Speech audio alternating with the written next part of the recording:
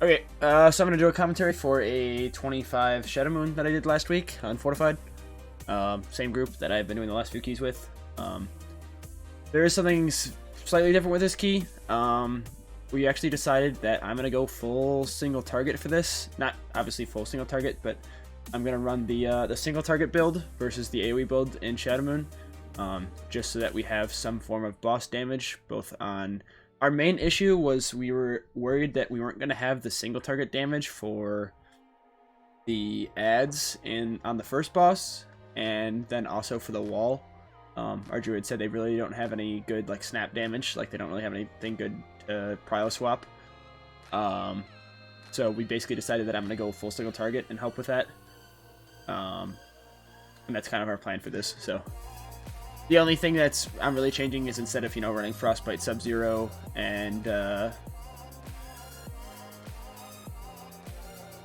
instead of running Frostbite and Sub-Zero, I'm just running Slick Ice and Splintering Cold.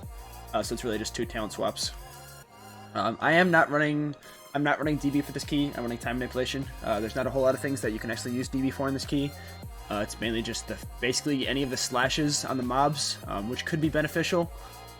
But I kind of trusted that our tank would be able to live through them, especially because it is a fortified week. It could be helpful, but I decided that I was just not going to run it. I'm going to run the time manipulation. Somewhat of a secondary reason why I also ran the time manipulation is because I am going the more single target build, so I kind of wanted more Ice Novas in order to make up for my lack of AoE. So that was kind of my reasoning behind going time manipulation over Dragon's Breath as well here. The only packs you can really use Dragon's Breath for, like I said, the slashes, and then any of the domination packs. But the problem with using Dragon's Breath in the domination packs is it'll do an AoE stun, and you don't really want to interrupt all those dominations at the same time. The strat still is, at least that we're still doing, is just letting the domination cast going the whole time, and either one killing the souls or killing the domination people first. It's basically as long as your tank can survive, then you just do that, so that you don't have to worry about all the kicks.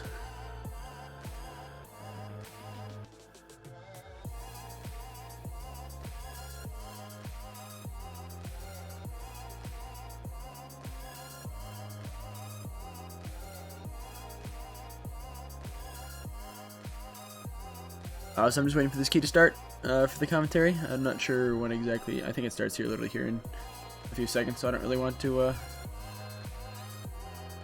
I guess I can skip forward a little bit. I think I go into my talents again here.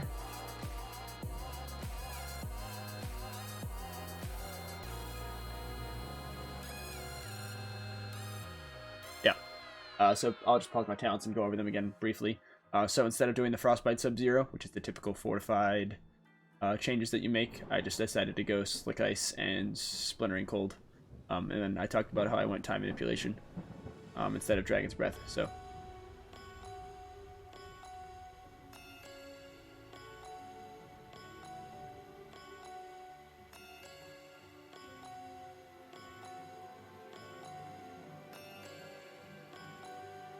okay, one thing that I want to kind of test around with, I haven't been using Icy Veins on this first pack just because I feel like there's so much travel time between this pack and the second pack that you basically lose all of your Icy Veins. Like, you're probably going to have 10-15 seconds remaining on Icy Veins when this pack is dead. So I've kind of just been using Rune of Power and Frozen Orb for this pack. As the key gets higher, I feel like that's not a great idea. Because obviously, as you see, this pack is taking us, it's going to take us like 45 seconds for a pack of 3 mobs. And I'm basically doing tank damage. I kind of want to work around with that and see how that's going to actually work out. But I still think that's the best case scenario.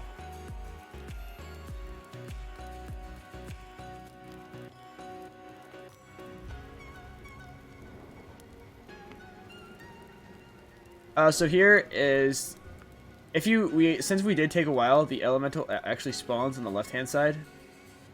One massive thing here that I will mention, the Shadowmoon Loyalist, which is the first mob that you'll actually target here, this thing that we can, obviously you see the white barrier around it, you can spell steal it, and it's a 100% increased movement speed and a 100% haste.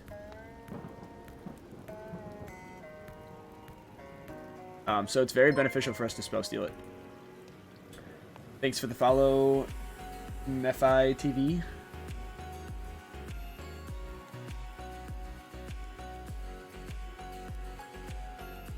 I do actually kind of prefer us doing this, lusting, and getting the eruption guy here, just because it gets lust on cooldown and you're actually able to get 3 lust throughout the key.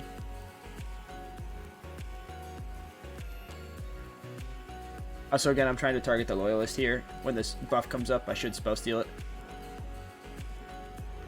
Yeah, I spell steal it, and that's this buff here. Like I said, it's 50% increased haste and movement speed, so it's very beneficial.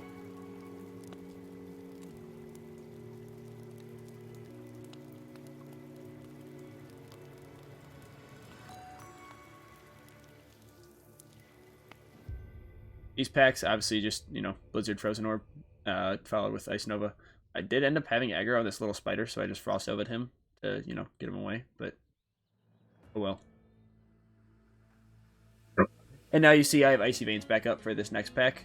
I think it actually will be beneficial for me to start Icy Veinsing on higher keys on that first pack, just because it means I'll have Icy Veins up for the boss. But I think I'm still technically, I think I still technically start the boss without Icy Veins rolling, or without Icy Veins up at this time. I am saving my second lust, which I wouldn't really recommend, although I do only get 2 lusts, or I guess, yeah, 2 additional lusts anyways. This might make it so I only get 1, but you should just be sending your second lust on cooldown.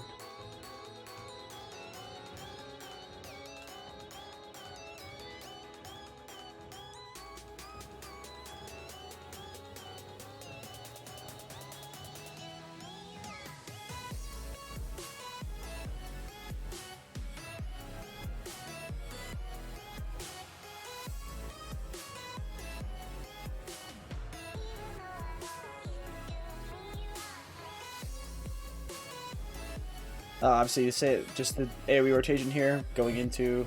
Now, since it's only 2 target, I am shattering my flurries, and you're filling with Frostbolt rather than filling with flurry, a non-shattered flurry or an ISO and things like that.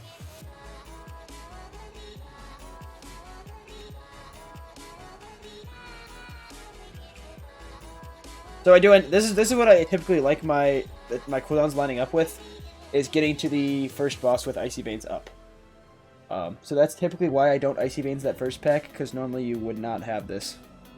Normally you wouldn't get it until like 30 seconds into the fight, which is a little rough, but...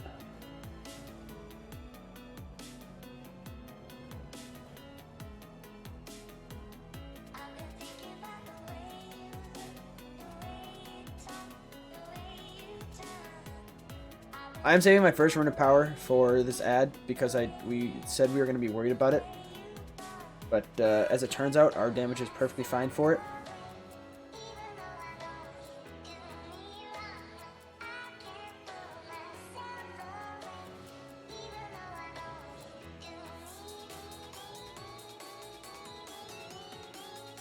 The Dark Eclipse, as some people don't know, you don't actually have to stand on the circles themselves, you just have to stand on the ring. So that's why I'm standing in the ring instead of on the circles. That's not really that big of a thing. But it's important on weeks like Quaking, where stacking with someone could actually screw both of you over.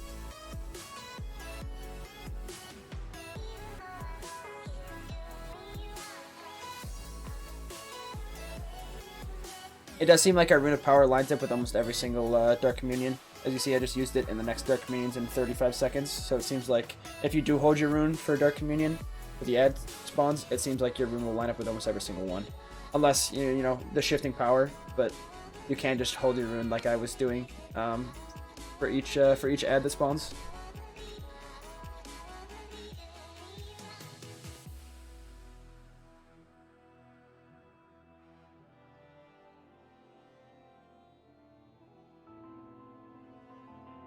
I am surprised how much Dark Eclipse actually hurts on Fortified weeks, because you saw me just drop from 80 to 20% health. Granted, I had no defenses rolling, I had no Mirror Image, and no Barrier rolling. So it did kind of drop it some.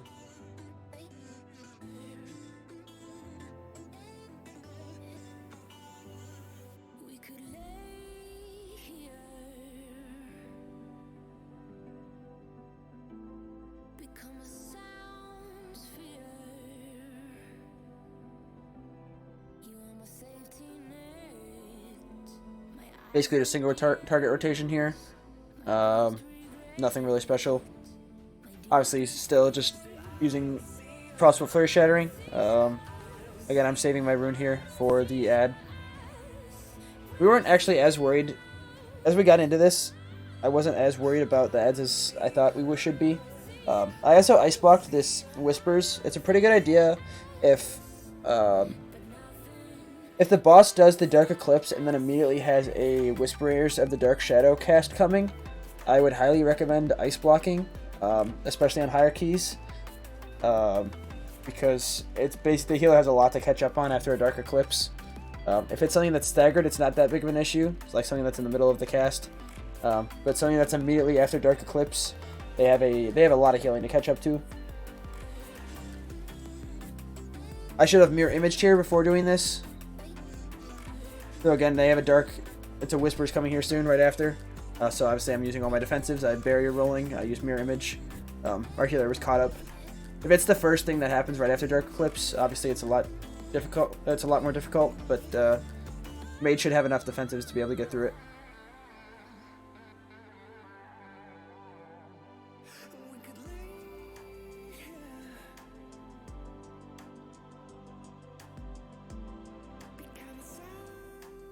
So these are the packs that are somewhat scary, especially on Fort weeks.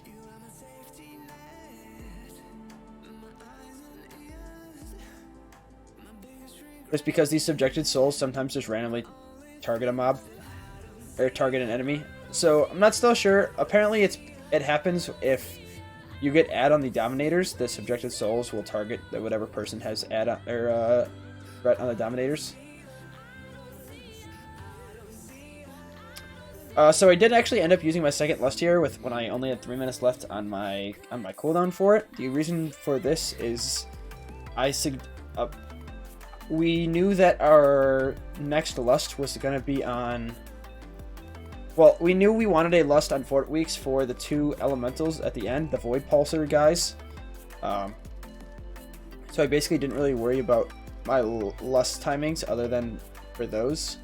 And I knew I basically should be able to get 3 more Lusts from at this point in time to then.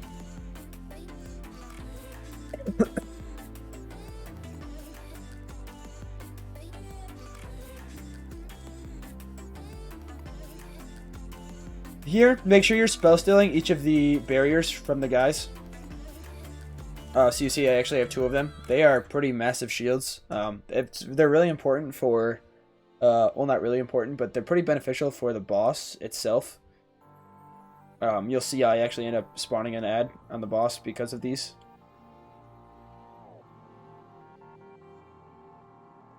So at this point in time, I now have 4 shields. I literally don't need to worry about getting hit, dying, or getting hit at all from these ads.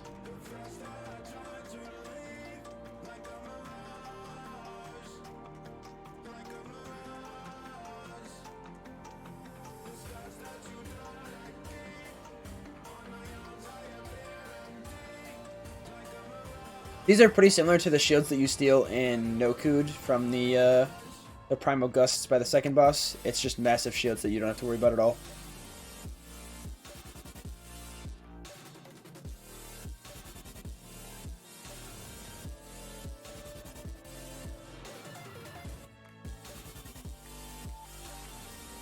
I did ask here, since I wasn't gonna have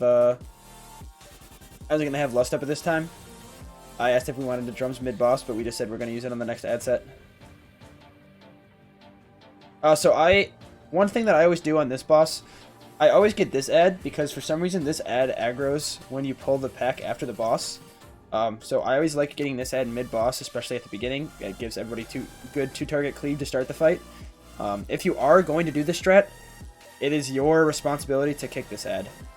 Another reason why I also like getting this ad is because it does give me the shield. So I still have 2 shields left over from the previous group, and then I get this 2-minute shield from this guy as well. You saw me get meleeed, and I still didn't even lose. I still lost no health. I obviously lost a shield, but...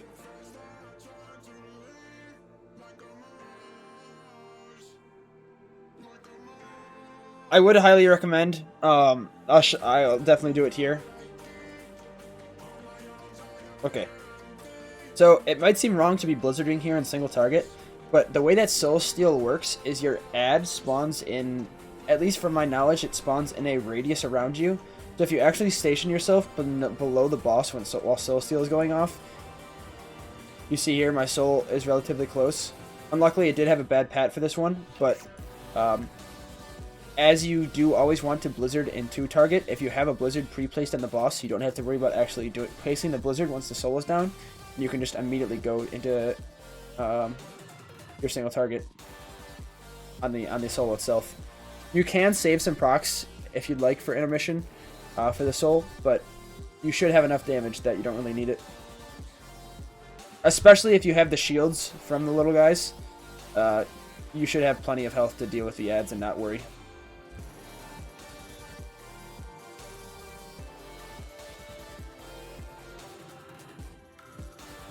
Here I'm holding Word of Power because my Icy Veins is coming up. I'm using all of my procs, my Fingers of Frost and Snap Freeze procs before I cast Icy Veins because I obviously get a Fingers of Frost and a Flurry proc, so.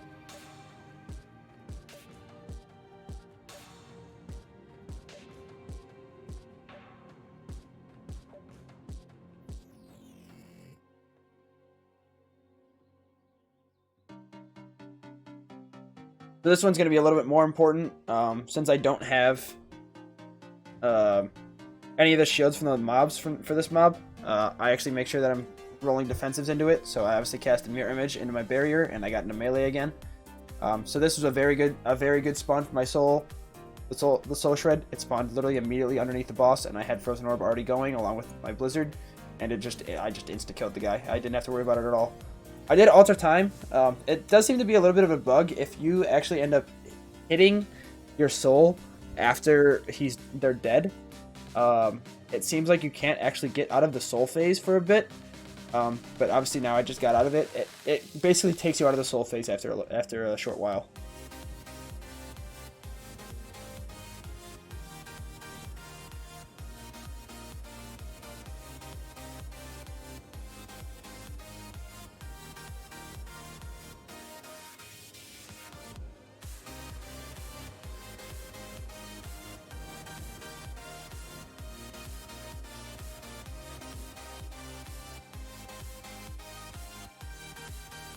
So again, always go into your pre-casted Blizzard, into your Frozen Orb, just because your Blizzard actually procs your Freezing Rain. The increased damage that Blizzard does actually procs from your pre-casted Blizzard.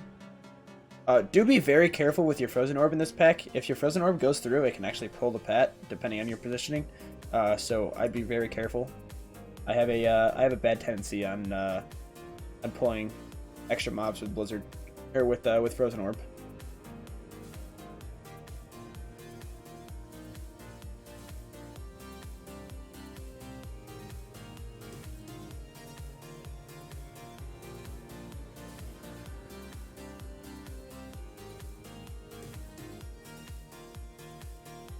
So I am moving ahead here because we didn't need this pat because we got the Void Pulse in the first area. Since the changes to Shadowmoon, the first boss, their ads no longer give percent towards the key. So you need one of 3 options. Well, typically there's 3 options that people are doing to get the percentage. They're either getting one of the Void Pulses, one of the Void Elementals. So you can either get the one that you skip at the very beginning, you can get the one that we did on the side pack, which we did on accident, but it works. You can get this pat, or you can get, I guess there's more than 3 options. You can get that pat, you can get down below in the next area where there's 2 spiders, there's 2 packs of spiders. You can get both sets of spiders, or if you have a Demon Hunter or a Evoker, there's a certain tech that you can do to get additional percent right before you do Bone Maw. But you still do need the extra percent now, so.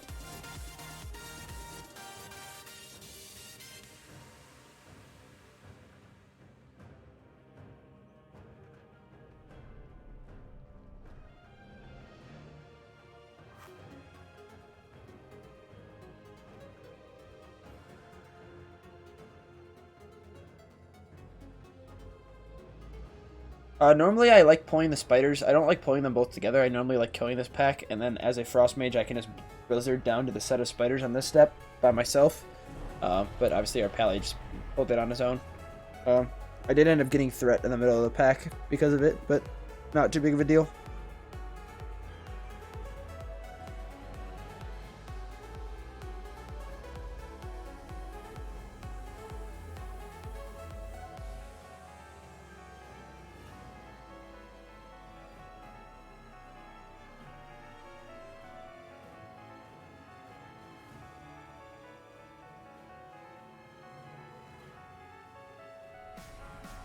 I am surprised at how much AoE damage I was actually doing in this key, just because I was targeted or talented into basically full single target, or not really full single target, but I'm talented into the tyrannical build versus the AoE build.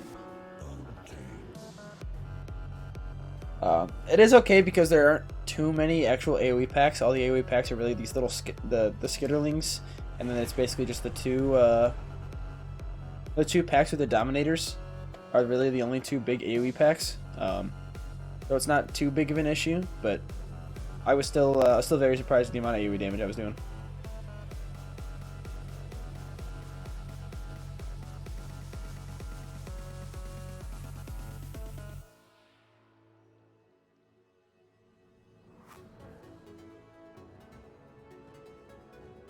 Good here, just full single target rotation.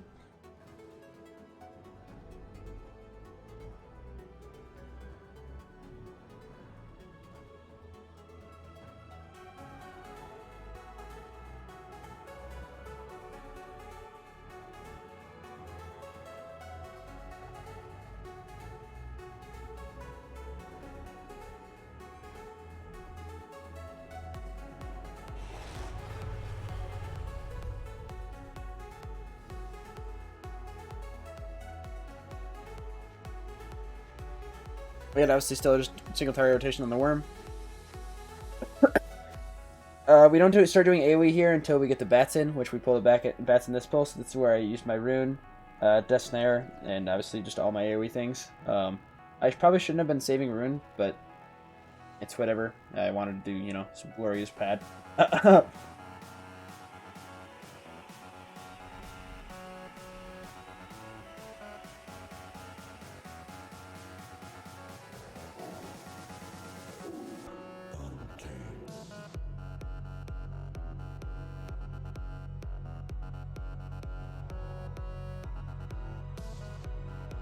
Again, still very surprised with the amount of damage I was doing for running full single target and AoE packs. That was basically 5 target. I'm doing over 100k, so pretty surprised with that.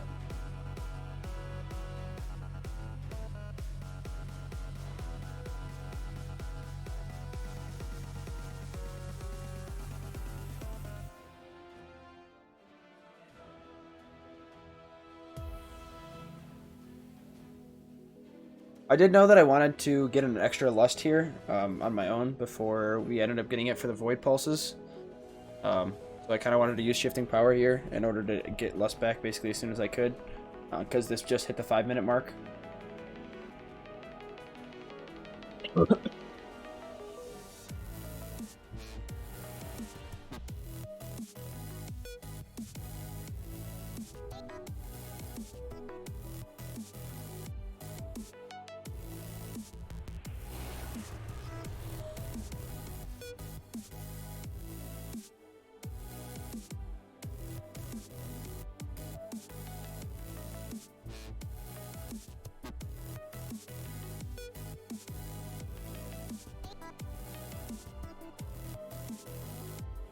So for Bone Maw, you want to make sure that you're staying in melee for all of the for the melee players, because this I don't remember exactly the word that it's called, but that ability is baited on players It seems to typically be baited on ranged players, but no guarantee on that, it seems. You want to make sure that there's always one within melee range of the boss, so that when he does the inhale, everybody can keep 100% uptime hitting the boss. Corpse breath is what it's called.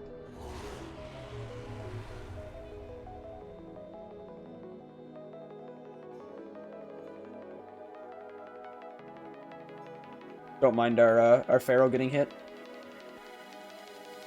Yeah, as they say, no one saw.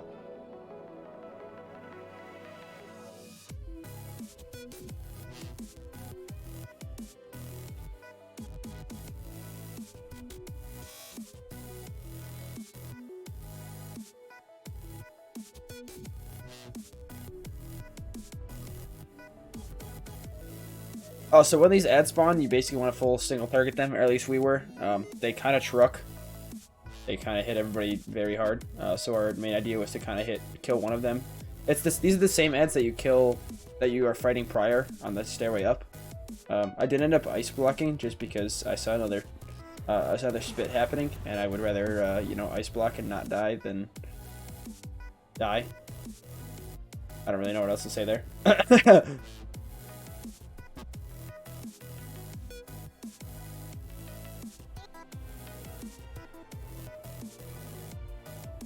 Unfortunately, I don't know what was really going on. I really lost my Icy Veins time on this boss for some reason. Like I'm out of Icy Veins and I'm basically have like a minute left on cooldown, which did not feel nice. I'm still slamming the boss, but as to be expected, running the tyrannical build. But it did not go as well as I thought it would have. At least in terms of Icy Veins. I don't know if I just got bad procs or I just wasn't using it properly, but it was not good. I did not enjoy having this much downtime on Icy Veins.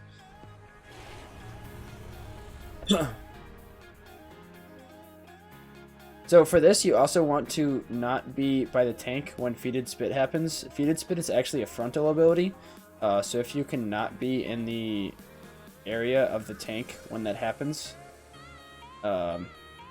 you'll avoid any of the damage that happens from Feeded Spit.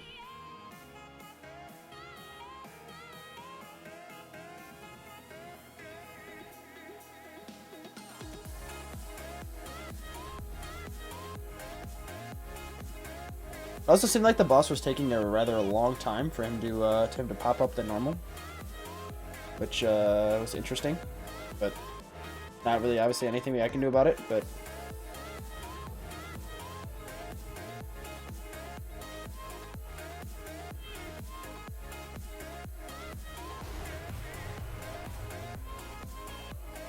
I should be using Shifting Power here just to get Lust basically back as soon as possible. I need to make sure that I have Lust for the elementals.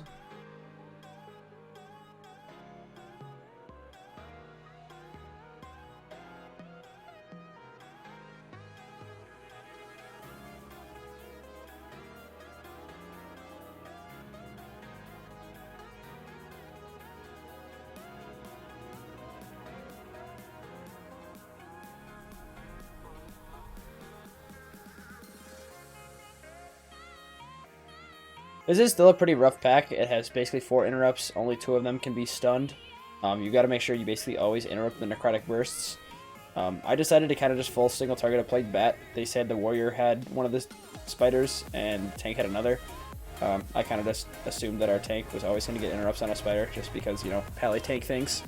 But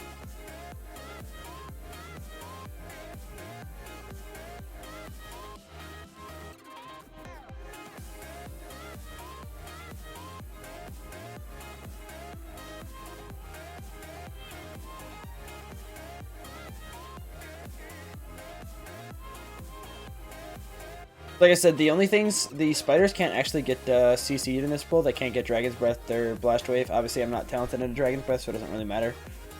But the spiders can't get knocked back from Blast Wave. The only thing that can interrupt them is hard interrupts. So if you have to, save your actual interrupts for the spiders and use your CCs for the bats. So for these mobs, especially on hierarchies, you want to be using the LOS strat. There's a few places you can LOS. There's one right by the mobs. There's spots in this room. There's technically a room over here that you can actually run into. But there's also this pillar right here that sticks out. I like standing, especially on hierarchies, you basically need to stand near this because the void pulses almost one-shot you.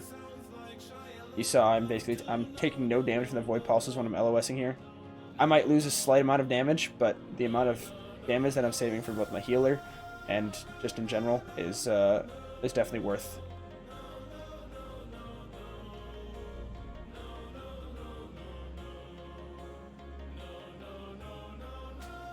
You see our priest basically almost got one shot from one of the void pulses, so not great. Again, like I said, very you saw here, I missed getting in the LOS. We'll see how much damage I take. So I have a small shield going from one of my blinks. And I've still got chunked down to 34% health. Granted, this is a 25 fortified, so it's obviously going to be a lot more than, you know, a tyrannical or lower keys will. But 80% to 2% with no defenses rolling. Very risky for me to stand out there. I should have just went back into the cover again.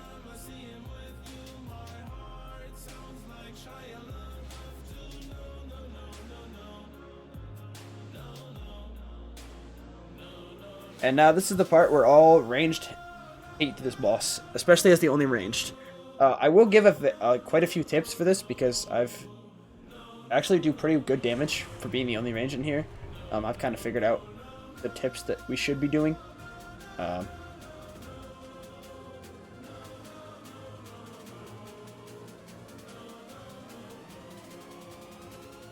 wouldn't recommend doing what I just did with blinking on Malevolence.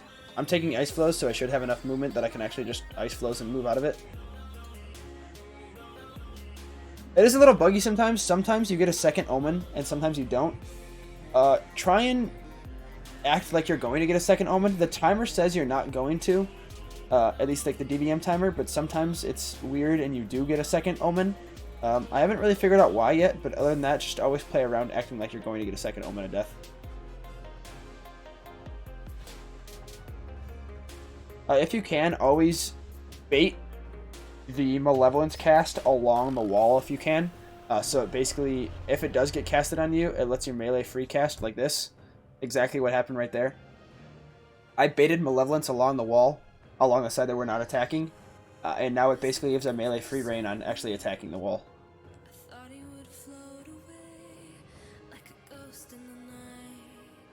So what happens here is I always wait until Omen of Death goes off, which is going to happen here very soon. The timer actually doesn't show up when it's during the wall phase, which is kind of annoying. But as soon as you get Omen of Death, I always just blink out of it and run to the side. And then now from here on out, during this whole intermission, I know the exact timings that Omen of Death is going to happen. So I know it's going to happen right now. I mirror image for it.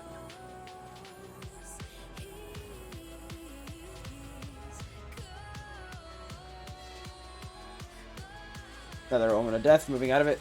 Lines up perfectly with the timer. And now it's the Ritual Bones.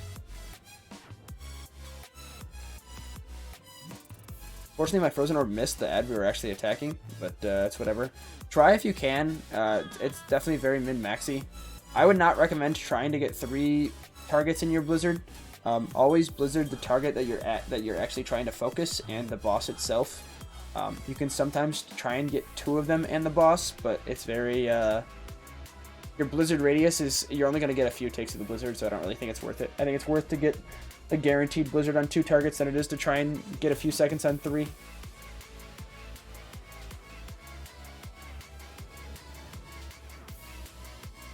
Again, I know the perfect Omens of Death timings. So this is one thing that I definitely recommend doing. I'll kind of go over what I did again here. I did it again in our 20. We did a 25 Tyrannical this week. So I'll go over that later when I do the Tyrannical key. I know the Omen of Death is coming, so I alter time. What you can do, and what I did this week, is you can blink back over to this pulsing one, or very close to it. I ended up just using Ice Flows to run over there, and I just altered back. And now, a lot of mages complain about having to get out of their Rune of Power. They never know when to cast their Rune of Power, because they know they're going to get an Omen of Death. This is one thing you can do to basically guarantee that you're not going to have to leave your Rune of Power, is knowing the Omen of Death bait time. So I even runed beforehand, and I altered timed and move out, baited it here, and then also timed back, and then I'm immediately back in my rune. And now I have my rune for 8 seconds until the next Omen of Death. Again, I'm trying to bait it closer to these ones, and then just moving out of it. It definitely hurts, but if you can bait them all close together, it's beneficial.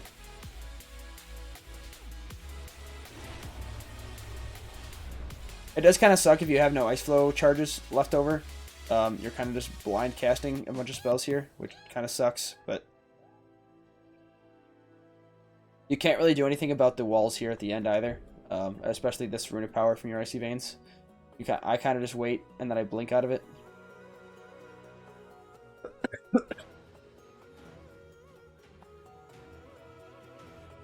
I did the same thing here.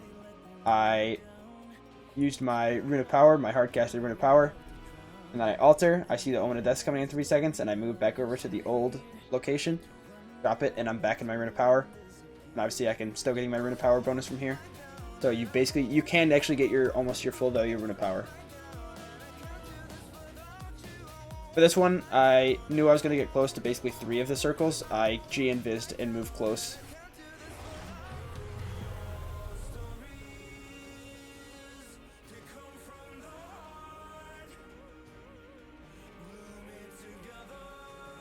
Again, try and